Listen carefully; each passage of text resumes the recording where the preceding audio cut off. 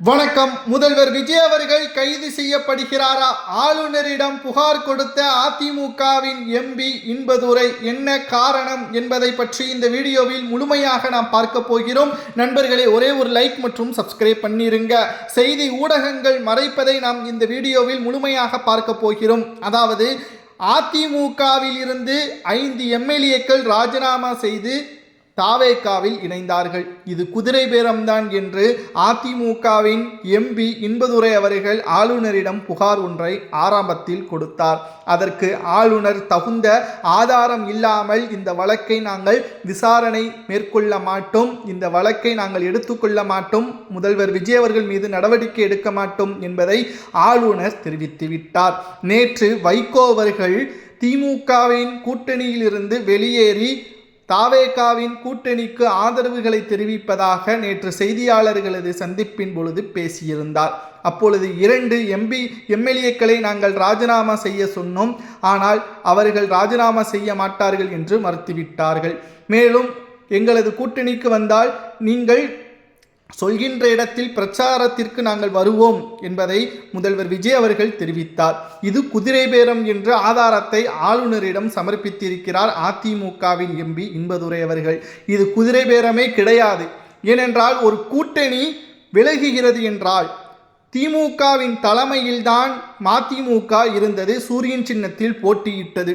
இப்படிப்பட்ட ஒரு சூழலில் கூட்டணி வெளியேறினால் அவர்களது எம்எல்ஏ பதவியை ராஜினாமா செய்துதான் ஆக வேண்டும்.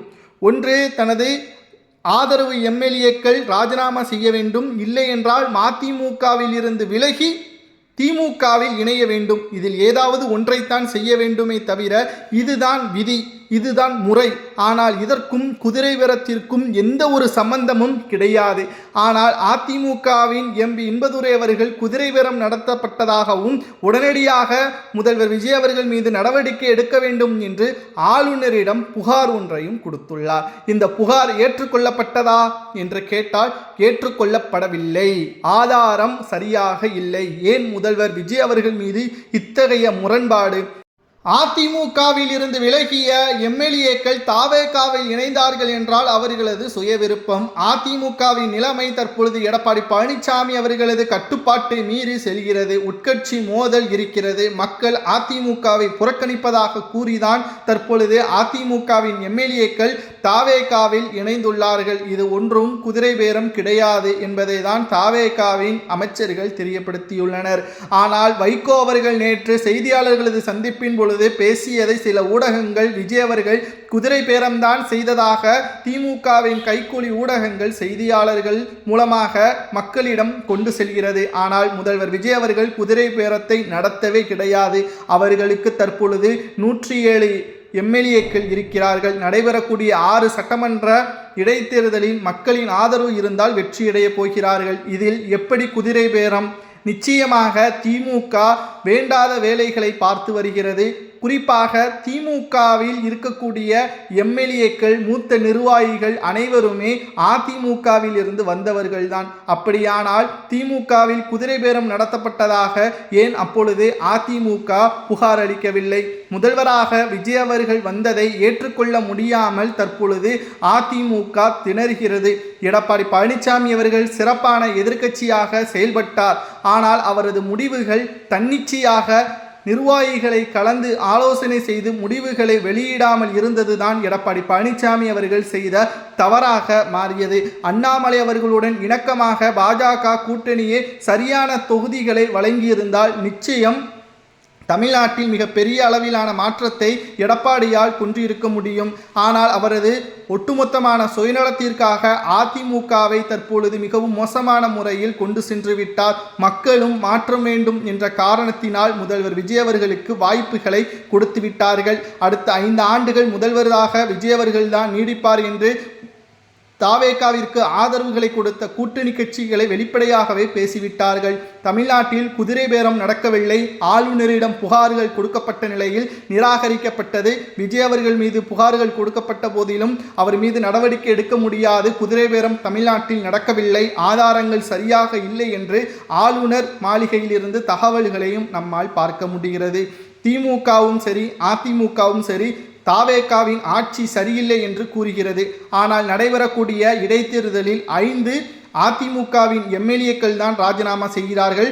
ஒரு தாவேகாவின் திருச்சி கிழக்கு இடைத்தேர்தல். ஆக மொத்தம் 6 தொகுதிகளில் 5 தொகுதிகளை அதிமுகவை கைப்பற்றினால் தாவேகாவின் ஆட்சி சரியில்லை என்பதை ஒற்றுக்கொள்ளலாம்.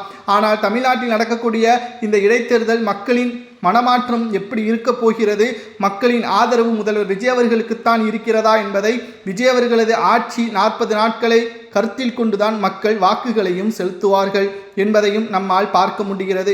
இன்பதுரை அவர்கள் முதல்வர் விஜய் அவர்கள் மீது தனிப்பட்ட கோபத்தை நடவடிக்கையாக எடுக்கலாம் என்று முயற்சி மேற்கொள்கிறார். அது நிச்சயம் வெற்றி வாய்ப்பை ஏற்படுத்தாது. அதிமுக மீண்டும் அதிகாரத்திற்கு வர வேண்டும் என்றால் உட்கட்சி மோதல்களை சரி செய்ய வேண்டும், உட்கட்சி பிரச்சனைகளை சரி செய்ய வேண்டும் என்ற தகவல்களையும் நம்மால் பார்க்க முடிகிறது. ஏனென்றால் மக்கள் ஒன்றும் நிரந்தர முதல்வராக விஜய் அவர்கள் வைக்கவில்லை. 5 ஆண்டுகள் தான். யாராக இருந்தாலும் அந்த 5 ஆண்டுகளில் சரியான ஆட்சியை கொடுத்தால் அவர்களுக்கு மீண்டும் வாய்ப்புகள் வழங்கப்படும். தவறான ஆட்சியை கொடுத்தால் மக்கள் தூக்கி எறிவார்கள். இதுதான் முறை. 2 முறையாக முதல்வராக ஜெயலலிதா அவர்கள் அம்மையார் இருந்தார் என்றால் மக்களின் ஆதரவு அவருக்கு இருந்தது. ஆனால் திமுக தொடர்ச்சியாக 10 ஆண்டுகள் தோல்வியை தழுவியது என்றால் கிட்டத்தட்ட 10 ஆண்டுகள் வேண்டாம் என்று மக்கள் மனதில் நினைத்து விட்டார்கள். ஊழல் திமுக தான் என்பதை மக்கள் மனதில் ஆழமாக பதிந்துவிட்டது. அதனால்தான் திமுகவும் தோல்வியே தழுவியது. தற்பொழுது ஆளுநர் மாளிகையில் புகார்கள் தற்பொழுது விஜய் அவர்களுக்கு எதிராக கொடுக்கப்பட்ட நிலையில் புகார்கள் அனைத்தும் தற்பொழுது நிராகரிக்கப்பட்டு ஆளுநர் உத்தரவை பிறப்பித்துள்ளார். தமிழ்நாட்டில் இனி குதிரை பேரம் என்று கூறுவது நிச்சயம் தவறானது. முதல்வர் விஜய் அவர்கள் தமிழ்நாட்டில் கச்சிதமான ஆட்சியையும் நடத்தி வருகிறார். பல்வேறு விமர்சனங்கள் தாவேகாவின் மீது முன்வைக்கப்பட்ட போதிலும் அதற்கான நடவடிக்கைகளையும் உடனடியாக எடுத்து வருகிறார். தமிழ்நாட்டில் கடந்த திமுகவின் ஆட்சியில் 100 கோடி கல்வியில் லஞ்சம் பெற்றதாக கைது நடவடிக்கை மேற்கொள்ளப்பட்ட நிலையில் அதிமுகவில் சில நிர்வாகிகளும் இதில் தொடர்பு இருப்பதாகவும் கூறப்படுகிறது. ஒவ்வொரு நடவடிக்கைகளும் அடுத்தடுத்த நாட்களில் வெளியாகும் என்றும் கூறப்படுகிறது. இப்பெரு மறைமுகமாக இவர்கள் செய்த தவறுகள் அனைத்தையும் நேரடியாக மக்கள் மத்தியில் ஆதாரத்துடன் முதல்வர் விஜய் அவர்கள் நடவடிக்கை எடுப்பதுதான் தற்பொழுது இவர்களுக்கு பயம் வந்துவிட்டதாக நம்மால் பார்க்க முடிகிறது. தமிழக அரசியலில் இனி திமுக அதிமுக தோல்வியை தழுவும், தாவேகா ஆட்சி அமைக்கும் என்று தாவேகாவின் அமைச்சர் செங்கோட்டையன் ஆதவ் அர்ஜுனா அவர்கள் தெரிவித்துள்ளார்கள். எங்களது ஆட்சியில் ஊழலோ கமிஷனோ இருக்காது, மக்களிடம் நேரடியான தொடர்பு இருக்கிறது.